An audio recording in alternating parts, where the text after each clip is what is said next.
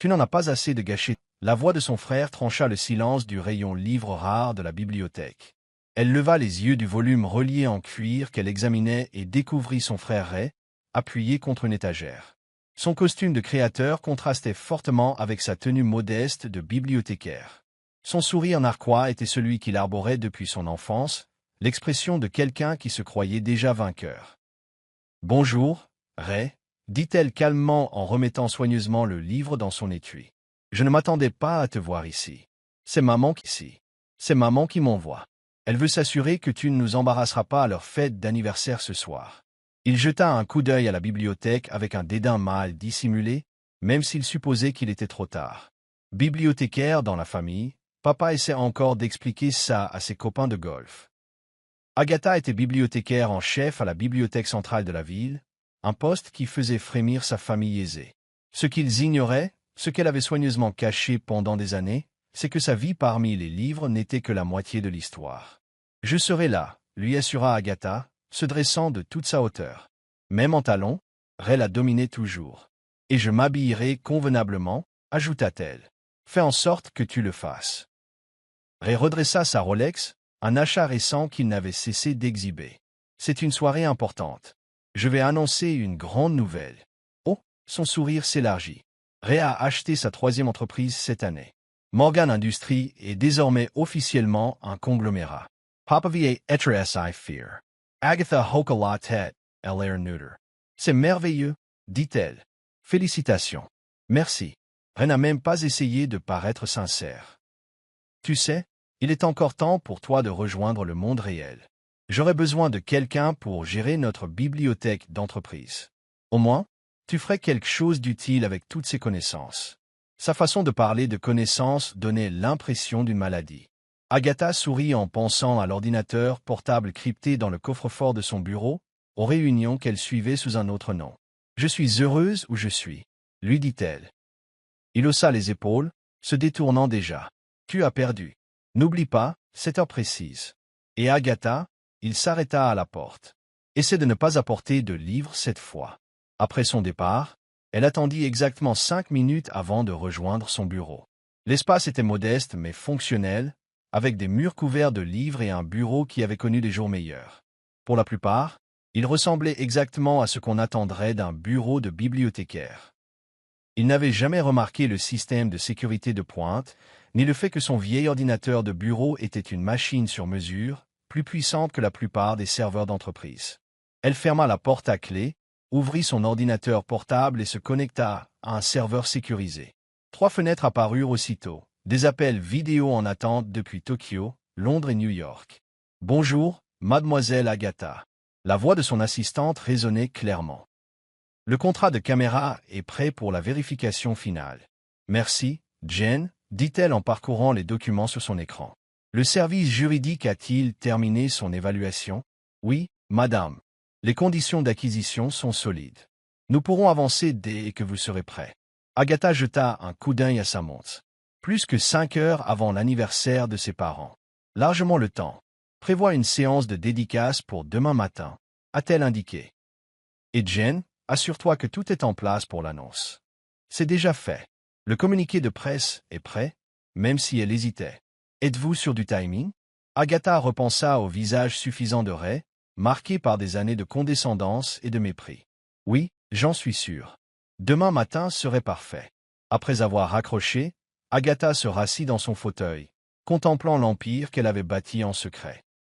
Morgan Global Partners, sans aucun lien avec Morgan Industries, la société de son frère, malgré un nom similaire, était désormais l'une des plus grandes sociétés de capital investissement au monde. Ils opéraient entièrement dans l'ombre, utilisant des sociétés écrans et des investissements discrets pour dissimuler leur véritable taille. Pendant 7 ans, elle avait bâti cette entreprise tout en conservant sa couverture de simple bibliothécaire.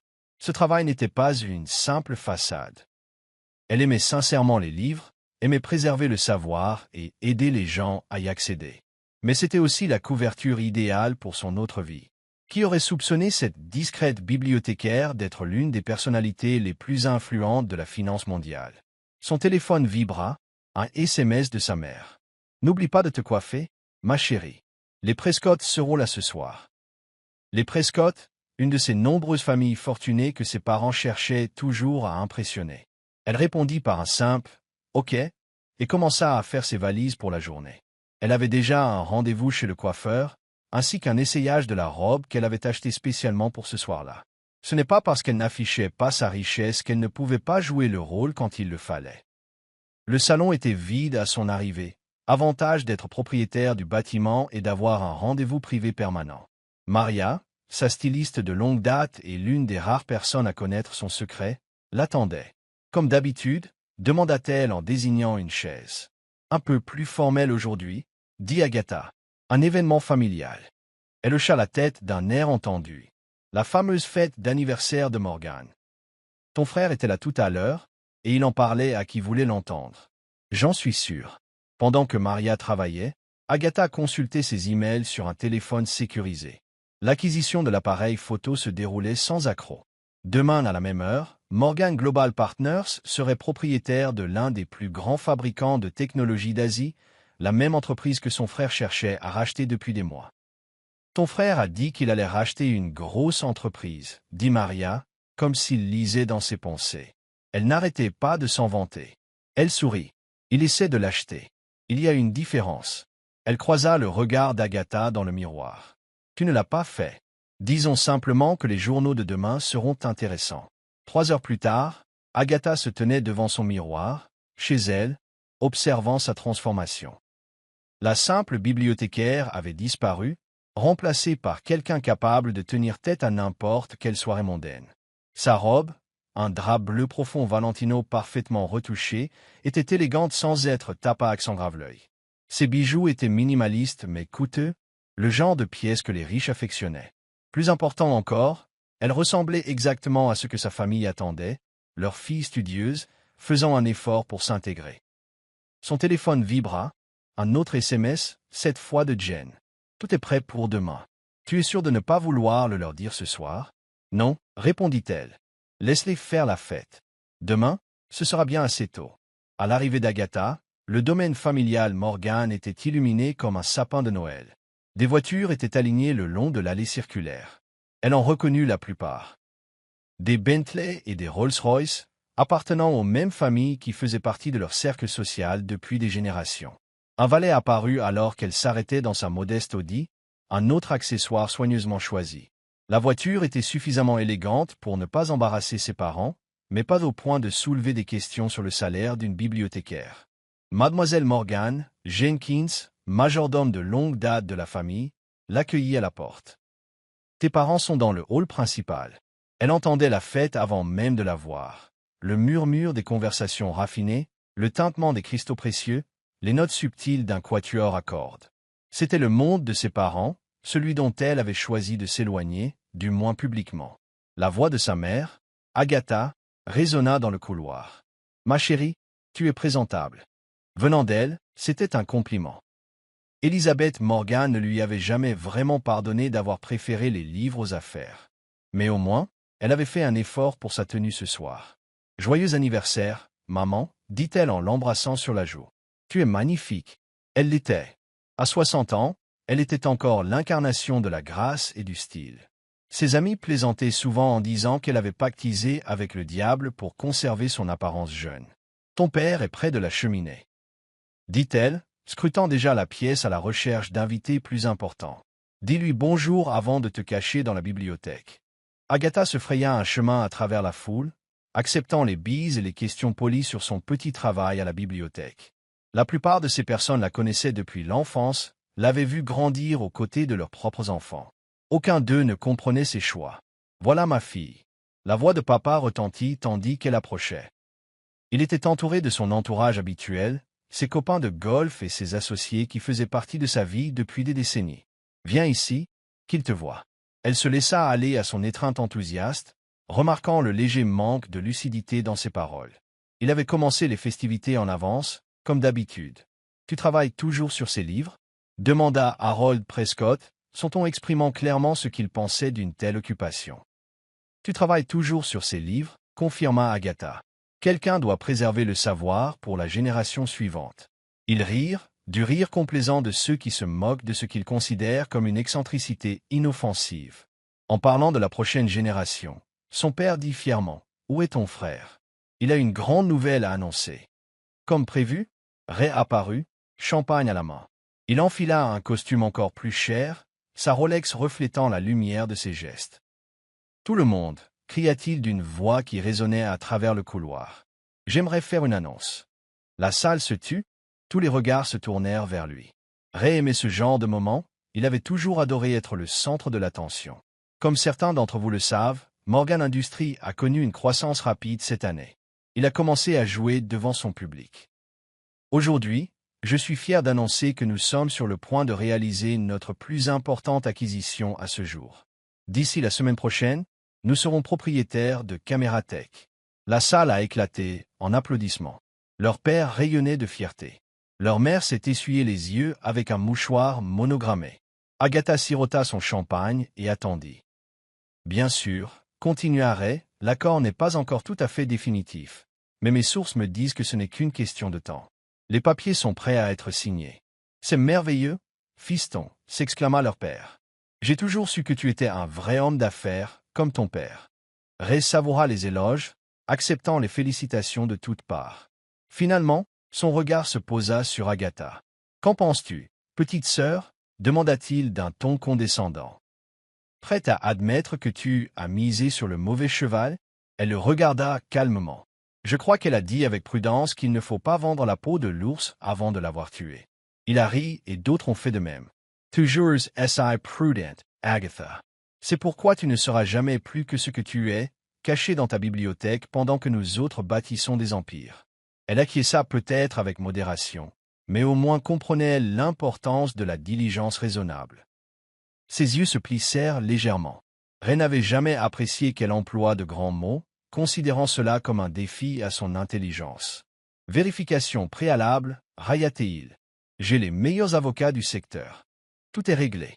Agatha sourit et leva son verre. On verra demain, non? Il fronça les sourcils, perceptibles dans sa voix. Mais avant qu'il puisse insister davantage, Elisabeth invita tout le monde à dîner. La salle à manger était un chef-d'œuvre d'élégance d'antan. Acajou étincelant, porcelaine précieuse, cristal, propriété de la famille depuis des générations. Elle prit place à sa place, constatant avec amusement qu'on l'avait placée au bout de la table, loin des invités importants. Tandis que le premier plat était servi, retenait la cour depuis sa place près de leur père, régalant tout le monde de récits sur ses prouesses en affaires. Agatha resta silencieuse, répondant poliment lorsqu'on l'interpellait, mais se concentrant le reste du temps sur son plat. « Je ne comprends vraiment pas, » dit Madame Prescott à côté d'elle, à voix basse. « Tu as toujours été si brillante à l'école. Tu aurais pu faire n'importe quoi. Pourquoi gâcher sa vie avec des livres ?» Elle réfléchit à la réponse. Dans 12 heures, tout changerait, mais pour l'instant, elle avait un rôle à jouer. « Les livres ne sont jamais du gaspillage, » dit-elle simplement. « On nous apprend que les apparences sont trompeuses. » Elle secoua la tête, visiblement déçue par la réponse d'Agatha. « Au moins, ton frère perpétue le nom de famille. Même si ça doit être dur de le voir réussir pendant que vous... Eh bien, ce n'est pas aussi dur qu'on pourrait le croire. » Le reste du dîner se déroula dans un tourbillon d'insultes subtiles et de compliments indirects. Elle s'y était habituée au fil des ans, avait appris à laisser couler l'eau comme de l'eau. Alors que le dessert était servi, Ray se leva de nouveau, appelant l'attention. « Je voudrais porter un toast, » annonça-t-il en levant son verre. « À maman et papa, qui m'ont tout appris sur les affaires, qui m'ont montré à quoi ressemble le succès. » Il marqua une pause, son regard se posant sur moi. « Et sur ma sœur, qui, eh bien, prouve que tout le monde n'est pas fait pour l'entreprise familiale. » L'assemblée rit poliment. Elle leva son verre avec les autres, pensant aux documents à signer, au communiqué de presse prévu pour le matin. « Ça te plaît, la fête ?» demanda Ray plus tard, la coinçant près de la table des desserts. « C'est délicieux, » répondit-elle. « Maman et papa doivent être si fiers. »« Oui, oui, » dit-il en redressant sa cravate d'un air suffisant. Cependant, cela aurait été bien si leurs 2 enfants avaient réussi. Agatha choisit une truffe au chocolat et l'examina attentivement. « Tu sais, Ray, le succès ne se mesure pas toujours à la quantité de bruit. » Il renifla. « Non? Dites-le à mon compte en banque. Combien gagne une bibliothécaire de nos jours? Au fait, de quoi s'acheter ses chaussures? Elle baissa les yeux vers ses loups-boutins, une autre pièce soigneusement choisie de son costume. Je suis doué avec l'argent. C'est vrai. Il termina son champagne d'une traite. Bon, c'était sympa, mais je devrais me mêler aux autres. Grand jour demain, après tout. Ce contrat d'appareil photo ne va pas se conclure tout seul. Alors qu'il s'éloignait, Agatha sortit son téléphone et envoya un bref message à Jen. Tout était prêt pour demain matin. Sa réponse fut immédiate. Tout est prêt. Le communiqué de presse est diffusé à 9 heures précises.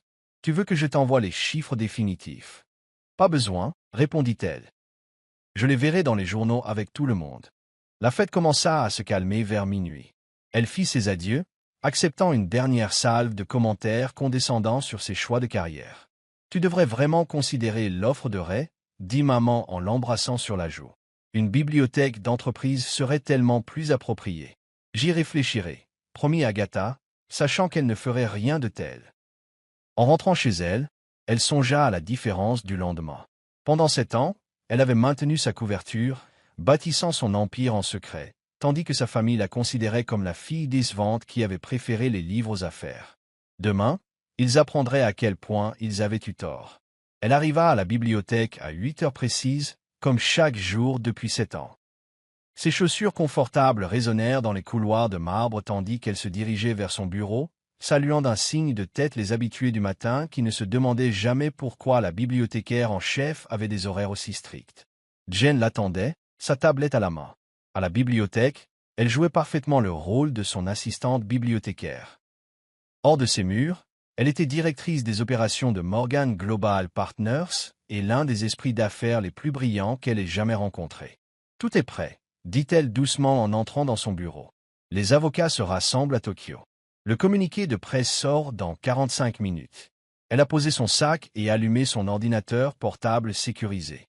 Des nouvelles de l'équipe de Ray? Ils espèrent toujours conclure le contrat pour l'appareil photo ce matin. Les avocats de ton frère sont en train de s'installer dans leur bureau. Elle sourit, imaginant le visage de Ray lorsqu'il comprendrait ce qui allait se passer. Laissons-leur encore quelques minutes d'espoir. À 8h55 précise, sa ligne privée sonna. Mademoiselle Morgan, dit l'interprète de Monsieur Caméra, tout le monde est en place. Parfait continuance. Les minutes suivantes furent un tourbillon de signatures et de confirmations. À 9 heures, Morgan Global Partners détenait officiellement Camera Tech, ainsi que ses filiales, ses brevets et sa division de technologie de pointe. Jen annonça que le communiqué de presse allait être diffusé immédiatement. Elle a consulté plusieurs sites d'information sur son écran, observant l'affaire se propager simultanément sur plusieurs plateformes. Un acheteur mystère acquiert Camera Tech. Le géant financier mondial Morgan Global Partners révèle l'identité de son fondateur. Wall Street a été stupéfaite d'apprendre qu'un expert en bibliothéconomie était désigné comme magnate des affaires. Le téléphone d'Agatha s'est immédiatement mis à vibrer. Le premier appel, comme prévu, provenait de Ray. « Qu'est-ce que c'est que ça ?» demanda-t-il sans préambule, une blague de mauvais goût. « Bonjour à toi aussi, mon frère, répondit-elle calmement. « J'imagine que tu as vu les infos? »« C'est impossible, balbutia-t-elle. Morgan Global Partners? »« Ce n'est pas vrai, vous n'en êtes pas le fondateur et PDG. En fait, je le suis. Je le suis depuis 7 ans maintenant, même si je comprends votre confusion. Après tout, je ne suis qu'une bibliothécaire, non? » Il y eut un long silence, seulement interrompu par ce qui ressemblait à des papiers froissés frénétiquement. Mais j'avais un accord. Les papiers étaient prêts, n'est-ce pas? Demanda-t-elle innocemment. Il serait peut-être judicieux de vérifier les petits caractères. Camera Tech est en jeu depuis des mois. Nous attendions simplement le bon moment pour finaliser les choses. Nous? Sa voix se brisa. Qui sommes-nous? Mon équipe. Mon entreprise. Mon empire. Elle marqua une pause, laissant chaque mot pénétrer son esprit. Tu sais, celui que j'ai bâti pendant que tu te moquais de mes choix de carrière. La ligne fut coupée. Elle regarda Jen, qui essayait de cacher son sourire. Combien de temps avant que mes parents appellent? Elle regarda sa montre. Je lui donne 3, 2, juste au bon moment, le numéro sur son écran, Agatha Elizabeth Morgan. Sa voix était si aiguë qu'elle faisait craquer du verre. Que as-tu fait? Bonjour, maman. Je suis un peu occupé en ce moment. On pourrait peut-être en discuter au dîner. Un dîner? Tu sais ce qui se passe. Le téléphone de ton père sonne sans arrêt. Les prescos appellent. Le club appelle. Tout le monde veut savoir comment notre fille bibliothécaire a secrètement bâti une entreprise de plusieurs milliards de dollars. Elle entendait son père en arrière-plan, apparemment en train de répondre à ses propres appels. « Dis-lui de venir tout de suite », cria-t-il. « J'ai des réunions toute la journée », dit Agatha, ce qui était vrai. L'acquisition de Camera Tech n'était qu'un début, mais elle serait ravie d'inviter tout le monde à dîner chez elle ce soir. Disons, 7 heures. Chez toi, la voix de sa mère était pleine de suspicion. Tu parles de ce petit appartement près de la bibliothèque? Non, je parle du Penthouse sur Highland Avenue. Je t'enverrai l'adresse par SMS, dit Agatha. Il y eut un long silence. Highland Avenue? Mais c'est l'immeuble le plus cher de la ville, n'est-ce pas? Je n'avais pas remarqué. On se voit à 7 heures, maman. Après avoir raccroché, elle prit un moment pour souffler. 7 ans de secret allaient enfin éclater au grand jour. 7 ans de planification minutieuse, de maintien de sa couverture tout en construisant quelque chose d'extraordinaire. Prête pour la phase 2, demanda Jen. Elle hocha la tête. Envoyez le deuxième communiqué de presse. Celui-ci était encore plus important que le premier. Morgan Global Partners annonce une fusion avec des géants technologiques d'Asie de l'Est, évaluée à 50 milliards de dollars. La fusion était en préparation depuis des mois, mais nous avons parfaitement synchronisé son déroulement avec l'acquisition de Camera. Lorsque sa famille arriverait pour le dîner, le monde des affaires serait sous le choc de deux des plus grosses transactions de la décennie, toutes deux orchestrées par la discrète bibliothécaire qu'ils avaient si longtemps licenciée. Le reste de la journée s'est déroulé dans une chorégraphie minutieuse de réunions, d'entretiens et de planification stratégique. Elle a accordé une seule interview au Wall Street Journal, expliquant que sa formation en bibliothéconomie avait été une préparation idéale pour bâtir un empire mondial. L'information, c'est le pouvoir, a-t-elle déclaré aux journalistes. Et qui mieux qu'un bibliothécaire pour comprendre la valeur de l'information? À 18h30, elle a quitté la bibliothèque et s'est dirigée vers son véritable bureau, au dernier étage de l'immeuble de Highland Avenue, où elle habitait depuis 5 ans. Le Penthouse occupait tout l'étage. Bien qu'elle conservât un petit appartement près de la bibliothèque pour préserver les apparences, son ascenseur privé donnait directement sur le hall d'entrée, où son véritable bureau à domicile faisait pâlir d'envie le siège social de Ray. De grandes baies vitrées offraient une vue panoramique sur la mer, tandis qu'une technologie de pointe lui permettait de gérer son empire où qu'elle se trouve. Jen avait réservé un dîner avec un traiteur du restaurant le plus exclusif de la ville, un autre établissement discrètement détenu par Morgan Global Partners. La table était dressée avec une élégance discrète que seule la vieille famille peut apprécier. À 19h précises, l'ascenseur annonça l'arrivée de sa famille. Ray entra le premier, son air arrogant remplacé par une fureur à peine contenue. Ses parents suivirent, tous deux sous le choc. Même Jenkins, qui avait insisté pour les accompagner, semblait incertain de la transformation du parent pauvre de la famille en l'un des habitants les plus riches de la ville. « Bienvenue chez moi », dit-elle en désignant la vue spectaculaire. « Un verre. »« Depuis combien de temps ?» demanda Ray. « Depuis combien de temps nous mens-tu ?»« Mentir, » dit-elle en se dirigeant vers le bar et en se versant un scotch. « Je n'ai jamais menti sur quoi que ce soit. Je suis bibliothécaire. J'aime les livres. Il se trouve que je dirige aussi un empire financier mondial, répondit Agatha. Mais pourquoi? Sa mère s'affala sur l'un de ses canapés, en cuir italien. Pourquoi cette tromperie? Pourquoi nous laisser croire ça? Que j'étais un raté? Termina Agatha à sa place. Que j'avais gâché mon potentiel. Peut-être parce que tu n'as jamais pris la peine de dépasser tes propres préjugés. Tu as vu ce à quoi tu t'attendais. La fille décevante qui a préféré les livres aux affaires. Son père se tenait près des fenêtres, scrutant la ville qu'il croyait si bien connaître. Pendant tout ce temps, murmura-t-il, toutes ces entreprises dont on a entendu parler, ces mystérieuses acquisitions, c'était vous. Morgan Global Partners, répondit Ray d'un ton neutre. La concurrence que tout le monde essaie de cerner. L'empire de l'ombre qui a remodelé le marché. Elle sourit. Ça sonne bien, non? Même si elle préférait y voir un empire du savoir. Après tout, c'est ce que tu m'as appris, n'est-ce pas, papa? Le savoir, c'est le pouvoir. Il se tourna vers elle et, pour la première fois de sa vie, elle vit quelque chose de nouveau dans le respect de son regard. Le contrat pour les caméras, dit-il lentement. Depuis combien de temps planifiez-vous cela? Environ 6 mois, alors qu'elle détient une participation majoritaire dans leur filiale depuis plus d'1 an. Elle regarda Ray.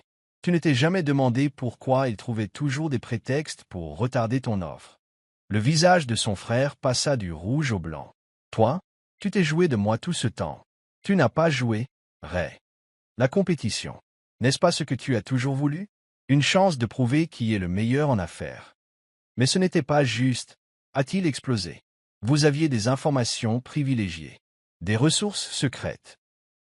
Des informations privilégiées? Elle a ri.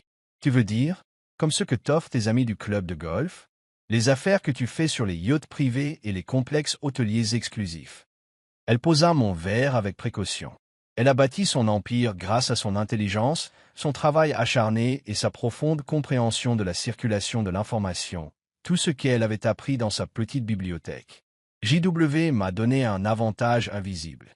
Le dîner est servi, annonça discrètement une voix. Ils se dirigèrent vers la salle à manger, la tension étant telle qu'elle aurait pu la trancher avec un de ses couteaux en argent sterling. Sa mère regardait autour d'elle, comme si elle essayait de concilier l'environnement avec l'image qu'elle se faisait de sa vie.